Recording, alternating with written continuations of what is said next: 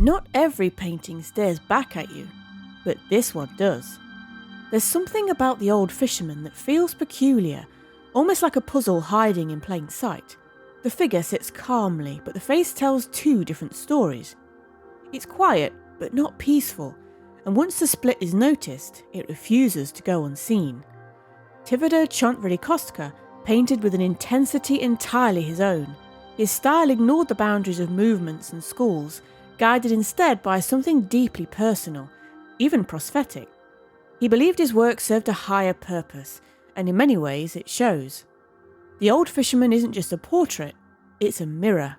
The question is, of what? What is this painting really showing? Why does it feel like it's watching? And who was the man behind one of the strangest portraits in European art? Painted in 1902, the Old Fisherman presents a solitary figure by the sea, dressed in simple clothes, resting his hands firmly on his cane. His face, marked by deep lines and sunburnt skin, tells of a life shaped by weather and time. Behind him, the sea rises into waves, reaching towards a shoreline split between two worlds. On one side, a quiet fishing village with modest homes. On the other, tall factory chimneys spilling smoke into the air. Mountains frame the horizon, still and eternal. It looks like a peaceful, even humble scene, but the balance in the background hints at something more. Two halves of a world colliding. That same duality shows up in the fisherman's face. One side is noticeably larger than the other, giving the whole figure an unsettling, uneven quality. But what if this was intentional? What if Csontváry wanted the viewer to feel this imbalance? Mirroring the left side of the painting reveals a surprising transformation. Suddenly the fisherman appears calm and reflective, even spiritual.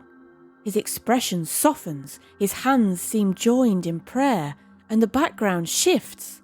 No more waves, no more looming chimneys, only the sea, still and silent, and a dark curve around the figure, almost like a boat.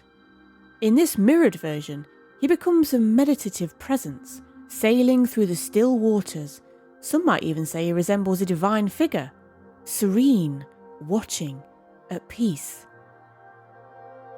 Or is he? Flip the mirror to the right side, and the painting changes again, this time completely.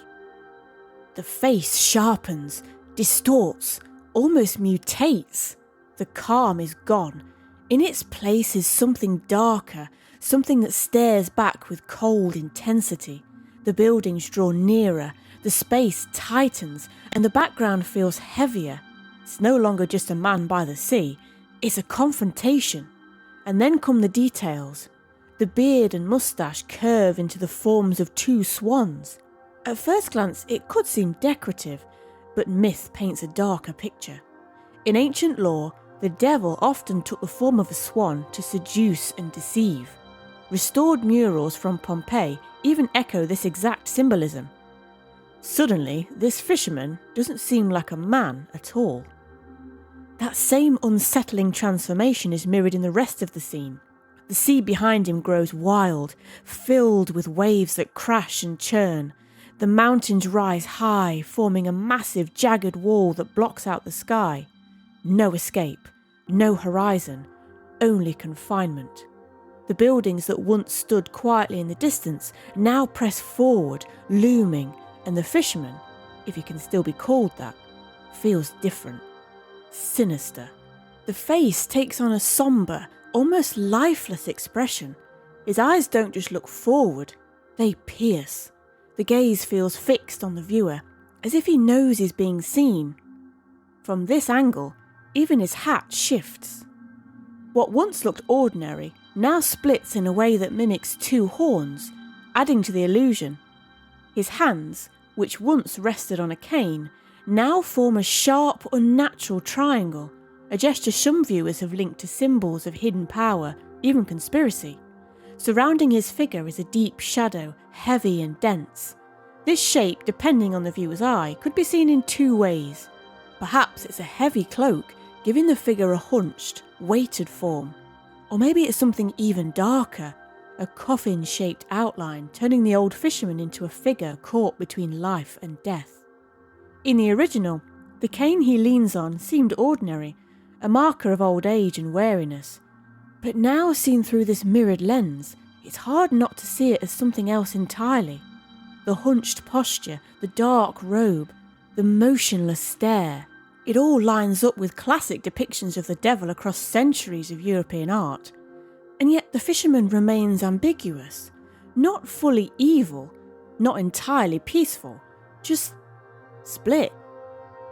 This mirroring doesn't just create two visual versions, it reveals something deeper. The painting holds duality at its core. On one side, calm waters, soft expression, prayerful presence. On the other, wild waves, harsh gaze, and a twisted symbol of corruption. Peace and chaos, light and shadow. Csontváry wasn't just painting a man, he was painting two realities at once, and perhaps two sides of the same soul. Some interpretations go even further. Viewers have noted the contrast as a reflection of bipolarity, light and dark, cycling endlessly. Others suggest a metaphysical reading. The figure may represent two fishermen of souls, one divine, one damned, God and the devil cast into the same body. While Csontváry is often grouped with expressionism, in The Old Fisherman he reached for something older and more layered. His use of optical illusions, visual doubling and hidden forms all point towards Baroque traditions, specifically trompe-l'œil, the technique of fooling the eye. Paintings like this demand to be seen more than once. They ask the viewer to step closer, look again, and discover something new each time. Because in The Old Fisherman, nothing is ever as it first seems, and nothing stays the same. That complexity makes more sense when considering who Csontváry really was. During his lifetime, many considered him a madman, and in many ways he lived like one, restless, intense, and wildly out of step with his time. But perhaps only someone with a mind as unusual as his could have painted something like The Old Fisherman. Tivadar Csontváry Kosztka was a Hungarian painter often linked to Expressionism and the early avant-garde, though his vision rarely followed any movement's rules.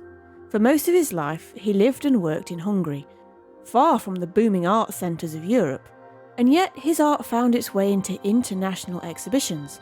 His reputation, however, didn't bloom in life.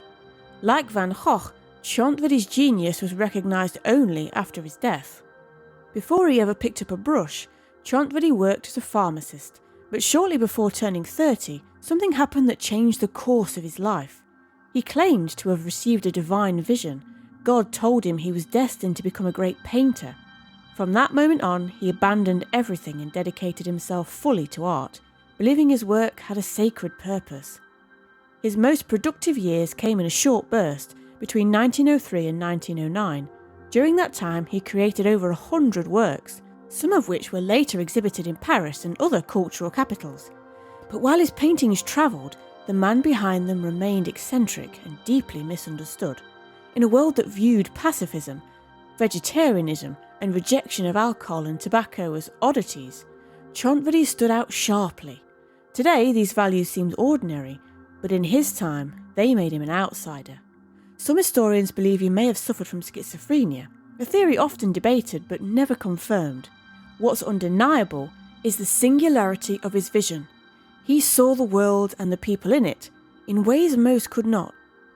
His most celebrated painting, The Lonely Cedar, 1907, captures the exact sense of isolation and cosmic scale. Another, Rendezvous, 1902, became his most expensive work, selling for over €1 million in 2006. The Old Fisherman remains one of the most haunting pieces. It contains everything that defines Csontváry's brilliance: mystery, duality, a confrontation between the divine and the demonic, and a deep, aching sense of humanity caught in between. Today it hangs in the Otto Hermann Museum, while many of his other works are housed in the Csontváry Museum in Pécs. So what does the viewer take away from The Old Fisherman? A quiet man by the sea? Or a mirror of something deeper, hidden within us all? Which mirrored version lingers longer in the mind? The praying figure in calm waters? Or the shadowy presence in chaos?